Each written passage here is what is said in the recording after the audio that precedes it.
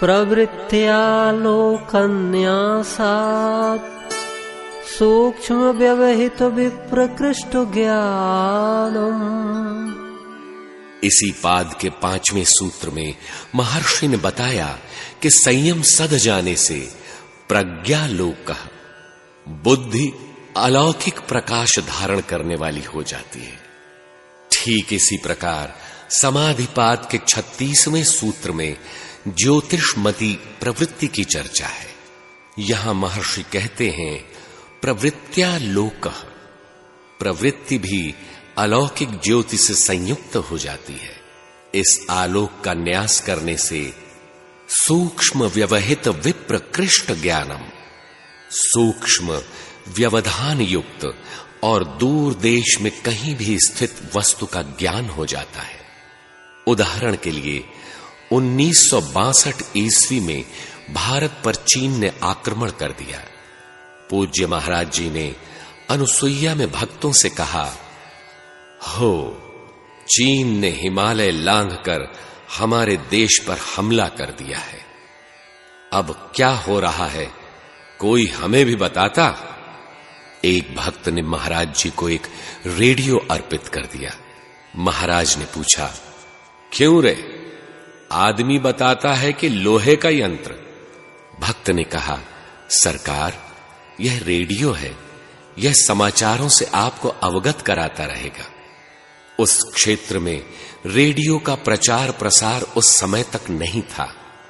एक निश्चित समय पर रेडियो से समाचारों का प्रसारण होता था। समाचारों को सुनकर महाराज जी चिंतित हो उठते थे। एक दिन शाम को महाराज जी खिन्न मुद्रा में बैठे थे। अकस्मात वे बोल उठे, कल समाप्त हो जाएगा, कल युद्ध समाप्त हो जाएगा। भगवान ने अभी अभी दिखाया कि मैं उस बर्फ की पहाड़ी पर चिलम हाथ में लिए बैठा हूं। कुछ समयोपरांत टीले पर खड़ा होकर मैं ही घोषित कर रहा हूं, बस बहुत हो गया, बंद करो ये सब। इस रेखा के उस पार चीन है, इस ओर भारत है। दूसरे दिन प्रातः समाचार प्रसारित हुआ कि युद्ध विराम हो गया है। युद्ध विराम हो जाना सामान्य घटना है।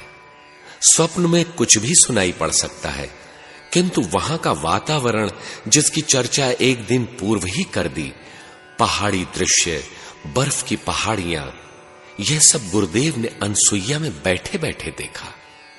रामचरितमानस में आता है, जथा सुअंजन अंज दृग साधक सिद्ध सुजान, कौतुक देखत सैल बन भूतल भूरि निधान। गुरु महाराज के चरण रज मृदु अंजन तुल्य है। उस अंजन से हृदय के नेत्र खुल जाते हैं। वह एकांत शांत स्थल में रहते हुए भी कहीं का भी कोई कृत्य देख लेता है।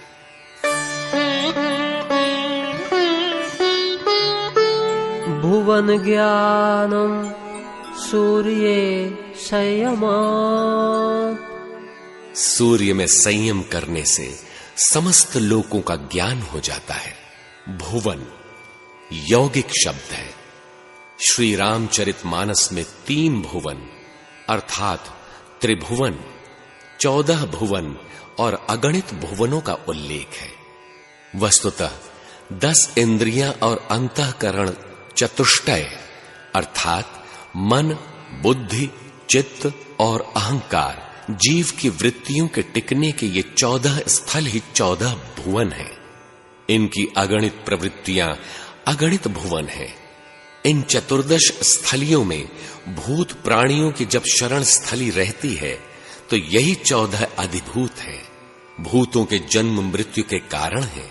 साधना के फलस्वरूप इन 14 में दैवी संपत्ति प्रवाहित हो जाती है, तो यही 14 अधिदैव अर्थात दैव का अधिष्ठान बन जाते हैं। स्तर उन्नत होने पर यही अधिआत्म आत्मा का प्रसारण केंद्र बन जाते हैं। दर्शन, स्पर्श और स्थिति मिलने के पश्चात भुवन समाप्त हो जाते हैं, प्रकृति पुरुषत्व में विलीन हो जाती है।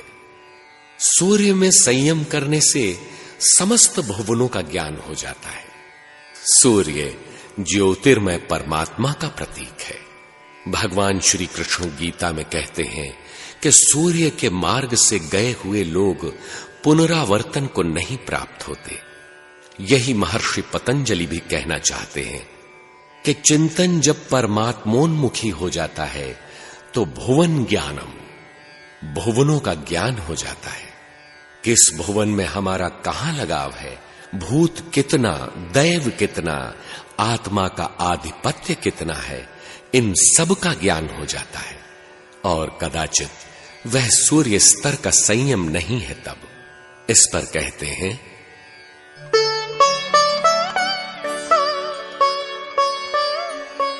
चंद्रे ताराव्यूह ज्ञानम।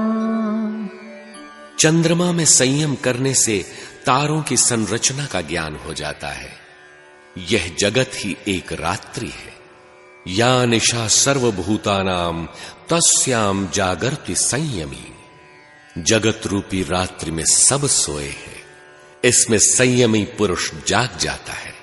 इस जगत रूपी रात्रि में जब उन्हें परमात्मा का क्षीण प्रकाश मिलने लगता है तो तारा व्यूह ज्ञानम, तारों की स्थिति का ज्ञान हो जाता है कि चित्त वृत्ति के तार, सूत्र, इनकी गति कहां कहां है, ग्रंथि कहां कहां पड़ी हुई है, इसके व्यूह का ज्ञान हो जाता है। अब देखें साधना में स्थिर ठहरने का परिणाम।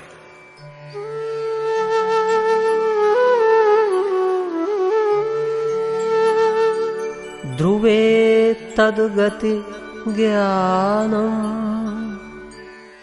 ध्रुव तारे में संयम स्थिर करने से तारों की गति का ज्ञान होता है। स्तंभ वृत्ति की परिपक्व अवस्था में जब सुरत अचल स्थिर ठहर गई, तद गति ज्ञानम, उन तारों की गति का ज्ञान हो जाता है कि चित्त वृत्ति का वेग कैसा है। कभी चित्त अचल ठहरने लगता है, कभी उद्वेग आता है। कब कैसा चिंतन उभरने वाला है, उभरने से पूर्व ही उसका ज्ञान हो जाता है। इसलिए उद्वेग आने से पूर्व ही शांत हो जाता है। यह सब चिदाकाश में ही होता है।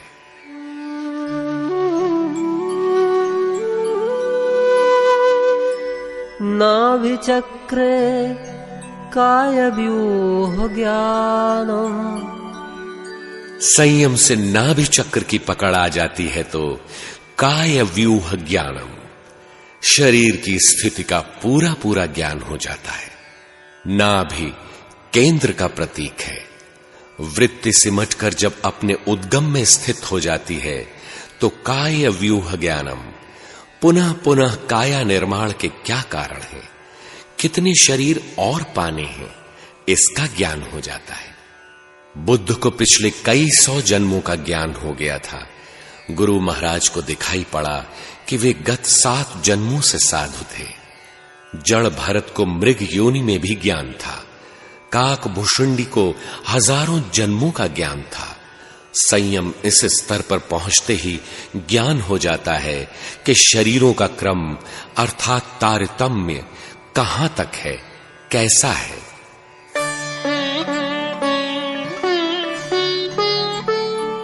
कंठकूपे क्षुत्पिपासा निवृत्ति है। कंठकूप में संयम करने से भूख और प्यास की निवृत्ति हो जाती है। जब कंठ पर केवल परमात्मा का ही नाम रह जाता है, परमात्मा की स्मृति सदैव कंठ पर रहती है, तो समस्त आशा, तृष्णा और वासनाओं की भूख प्यास तिरोहित हो जाती है। श्री रामचरितमानस में प्रकरण आता है कि भगवान राम विश्वामित्र आश्रम पहुंचे तो महर्षि ने उन्हें अधिकारी के रूप में पहचाना और उन्हें विद्या प्रदान की। जाते लाग न क्षुधा पिपासा, अतुलित बल तनु तेज प्रकाशा। मंत्र तो वे इतना प्रभावशाली जानते थे, किंतु इसी मंत्र ग्रहण के अनंतर जब वे जनकपुर पहुंचे, वहां राम जी तो मुख्य अतिथि ही ठहरे। वहां तो 56 प्रकार के व्यंजन चल रहे थे। रहे गुरुदेव विश्वामित्र जी, वह भी करी भोजनु मुनिबर विज्ञानी, लगे कहन कछु कथा पुरानी। पहले विधिवत भोजन किया, तत्पश्चात पुरातन कथा कहने लगे। मंत्र का प्रभाव दिखाई नहीं देता जहां भूख प्यास न लगे।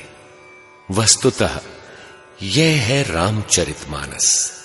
राम के वे चरित्र जो मन में प्रवाहित हैं। इसमें है विज्ञान रूपी राम और विश्वास रूपी विश्वामित्र। विज्ञान बिना तार का ज्ञान अर्थात अनुभव। विश्वास जब अनुभव से संयुक्त हो जाता है तो विद्या ब्रह्म तत्व को विदित कराने वाली हो जाती है। अतुलनीय शक्ति है परमात्मा। साधक उससे संयुक्त हो जाता है, फिर उसे किसी प्रकार की आकांक्षा पिपासा नहीं रहती। वह सदा सदा के लिए तृप्त हो जाता है। परमात्मा में सुरत लगते ही भूख प्यास का भान समाप्त हो जाता है। यही कारण है कि महाराज जी के साधन काल में 2-3 दिनों का उपवास एक सामान्य घटना थी। 7 उपवास 14 उपवास करने पर भी महाराज जी के चेहरे पर थकान के लक्षण नहीं होते थे। 14 उपवास के पश्चात शरीर में गर्मी की अधिकता से लघुशंका के साथ रक्त जैसा कुछ देखकर पूज्य श्री ने भगवान को भी कुछ खरी खोटी सुना दिया कि इष्ट देव बने बैठे हो, घोर जंगल में लाकर बिठा दिया जहां न कुछ खाने को है न पीने को। अभी तो रक्त ही निकल रहा है, 2-4 दिन में शरीर भी छूट जाएगा। जब शरीर ही नहीं रहेगा तो भजन कौन करेगा? उस दिन भगवान ने कहा, ठीक है, खाना ही चाहते हो तो कल से खाओ। दूसरे दिन से भोजन की अयाचित व्यवस्था चल निकली। किंतु महाराज जी विचार करने लगे कि भगवान ने रूखे शब्दों में ऐसा क्यों कहा कि खाना ही चाहते हो तो कल से खाओ। भगवान चाहते क्या थे? भगवान से उत्तर मिला, यदि 21 दिनों तक अन्न ग्रहण न करते तो जीवन पर्यंत भोजन करने की आवश्यकता ही न रहती। इसी प्रकार बैठे रहते, चेहरे पर शिकन तक न आती। तात्पर्य यह है कि जब संयम कंठकूप में पहुंच जाती है तब साधक में भूख प्यास सहन करने की क्षमता आ जाती है।